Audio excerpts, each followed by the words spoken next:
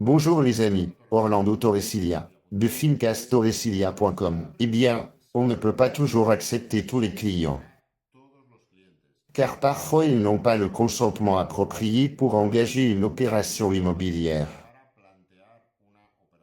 Dans ce cas, était une location de logement. Ce qui s'est passé, c'est que l'un des héritiers d'une personne décédée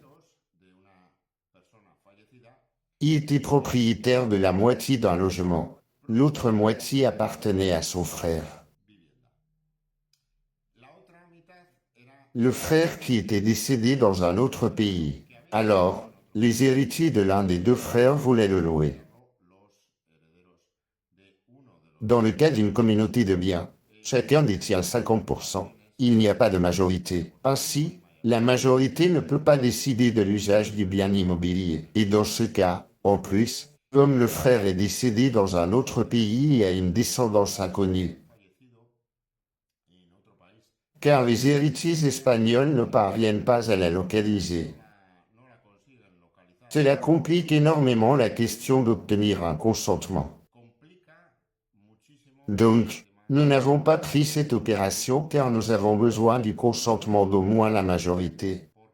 Dans le cas d'une communauté de biens, d'un héritage qui n'a pas été accepté par tous les héritiers, ou de 100% de la pleine propriété, par exemple si une personne est propriétaire de 100% de la pleine propriété, ou 50%, alors les deux qui détiennent 50%, etc.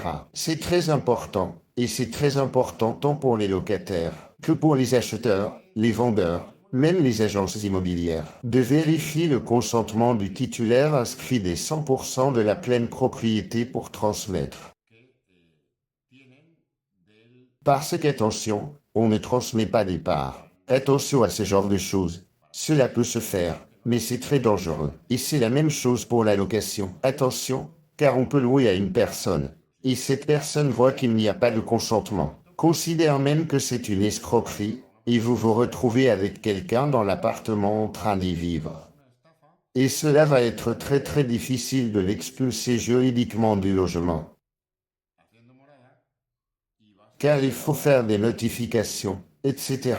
Donc, c'est extrêmement compliqué. Et c'est pourquoi nous n'avons pas pris cette opération. Parfois, il faut savoir dire non, comme dans ce cas. Et pour toute question que vous pourriez avoir concernant les consentements, au numéro WhatsApp 6 9 3 0 2 3 9 2 6, pour un tout petit prix. En visioconférence, nous pouvons vous aider et commencer à étudier votre cas. Merci beaucoup et à bientôt dans de prochaines vidéos. Si Dieu le veut. Merci.